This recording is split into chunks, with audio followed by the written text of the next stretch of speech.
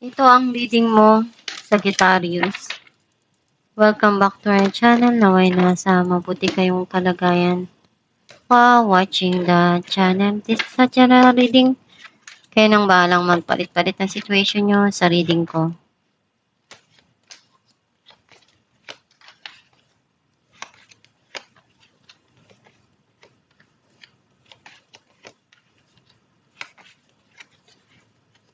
At the bottom of the deck, Page of Cups. I feel like yung nasa-sense ko na energy mo, andun yung mga pangarap mo. Tinitingnan mo kung paano yung paraan na maaabot mo yun or makuha yung goal mo. Ang mensahe ng card mo, nakikita ko na pinagsusumikapan mo na mapaunlad yung financial mo, mas pinagtutuunan mo ng maraming atensyon, yung trabaho mo, yung pera mo. Some of you, someone is coming to lend a hand for you. Nakikita ko na may mga gusto ka ng kalimutan, iwanan, na very emotional para sa'yo. Some of you may gusto kang puntahan. Andun yung may mga binibigay sa'yo na makakatulong para sa mga dumarating sa buhay mo na linaw, idea na pwedeng andun na mismo yung kasagutan sa mga iniisip mo na gusto mong simulan.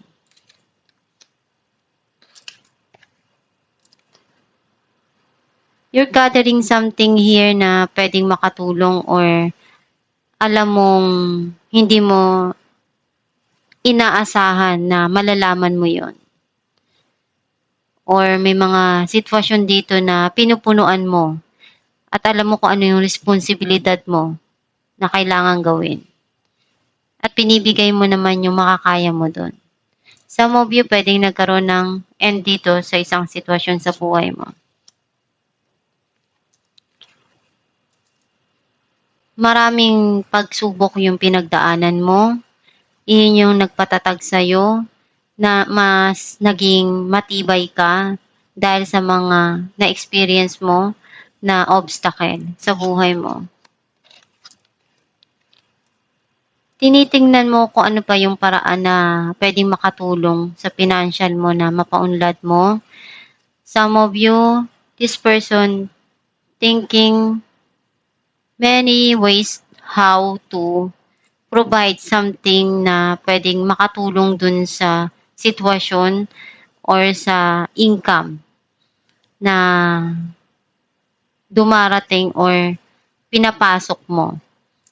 Nakikita ko na may mga bagay ka dito na inaalam, pinag-aaralan, and makakatulong yun para sa'yo na mapaunlad kung ano yung financial mo na iniisip na pwedeng business or pagkakakitaan mo. Kasi magkakaroon sa'yo ngayon ng magandang pasok kung ano yung mga bagay na sinisimulan mo sa pera.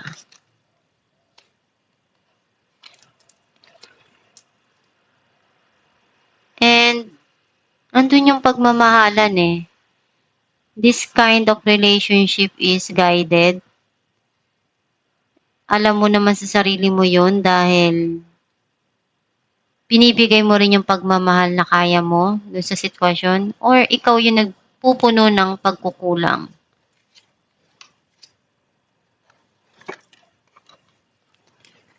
May mga gusto ka pang plano na matupad para sa kinabukasan mo.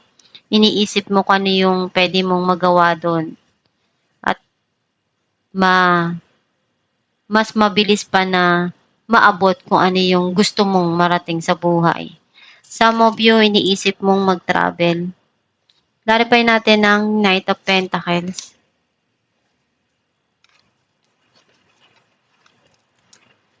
Seven of Wands and King of Cups. Nakikita ko na itong tao na to, ipaglalaban niya yung pagmamahal niya. And may mga gusto siya ditong gawin. Ngayon niya nakita kung ano yung kaya niya or magagawa niya pa. Some of you, pwedeng ikaw to na alam mo sa sarili mo kung ano yung magpapasaya sa puso mo. And gagawin mo lahat na makakaya mo. Hindi ka, kumbaga, magpapapigil sa kahit anong pagsubok na darating sa'yo. Clarify natin ang Ace of Swords. Knight of Wands and Knight of Swords.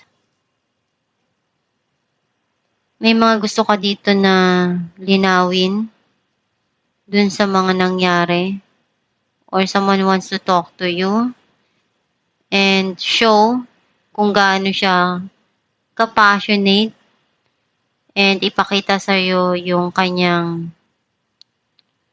affection. Magkakaroon dito ng pag-uusap.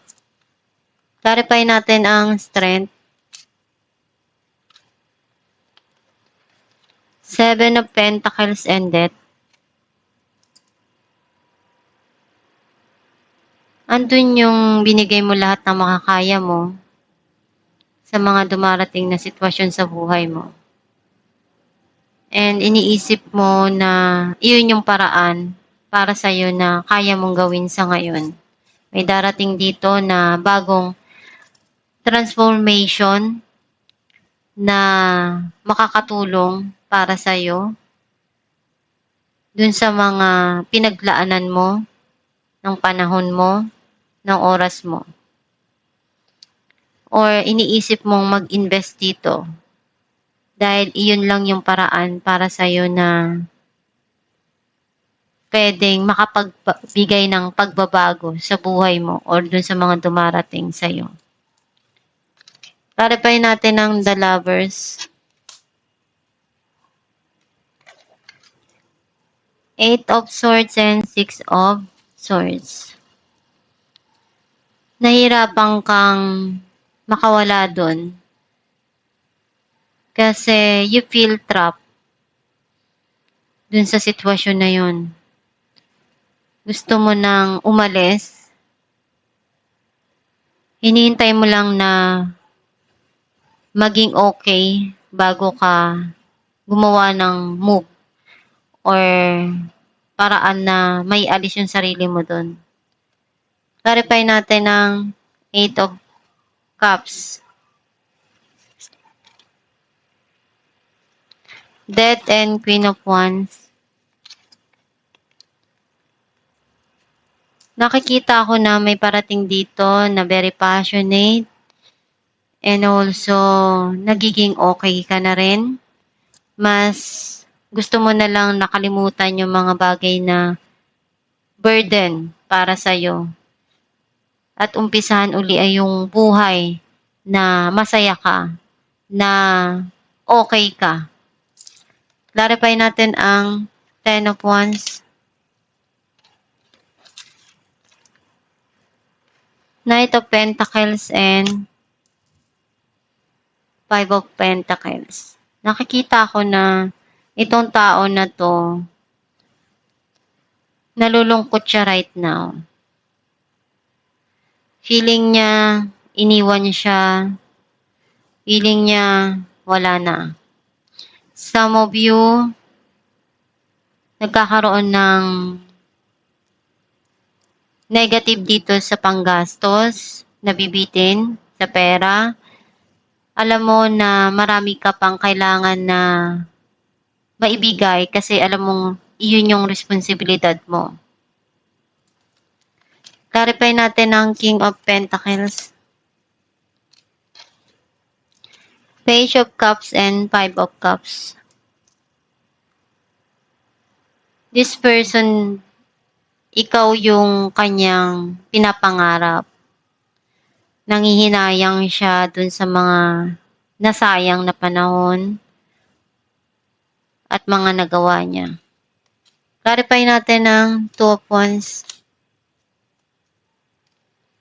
Pwedeng ikaw din to na may mga bagay ka pa dito na gusto mong ma-achieve sa buhay at may mga bagay na nagpapaalala sa'yo sa nakaraan at para sa'yo, may mga memories doon na mahalaga na hindi mo makalimutan. Ace of Swords and the Devil.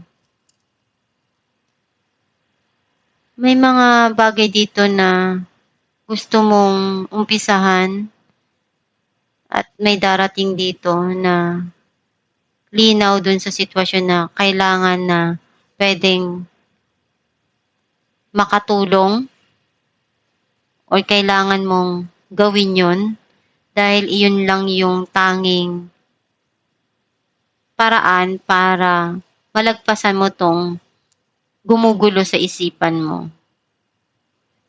Kasi may mga bagay dito na ginagawa mo dahil ito yung obsession mo. Or you feel connected pa rin dun sa nakaraan at magkakaroon dito ng communication. Pwedeng yung tao is nasa malayo. Alamin natin kung ano mensahe ng yung gabay.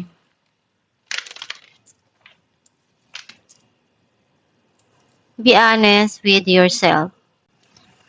Look into your heart and you will know the truth of the situation. It's safe to admit the truth to yourself, for we will support and guide you through any necessary changes.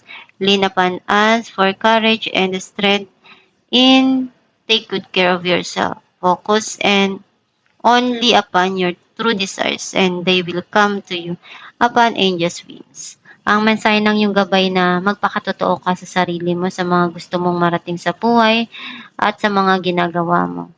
Magdasal ka lang palagi para matulungan ka, magabayan ka ng Diyos Ama sa mga pangarap mo sa buhay at tatahakin mong landas. Basta isipin mo lang palagi na kaya mo na malagpasan yung mga pagsubok na yan at magtiwala ka sa kakayahan mo. At itong yung reading Sagittarius. Kung nakaresonate ka, kindly comment down below. Thank you for watching.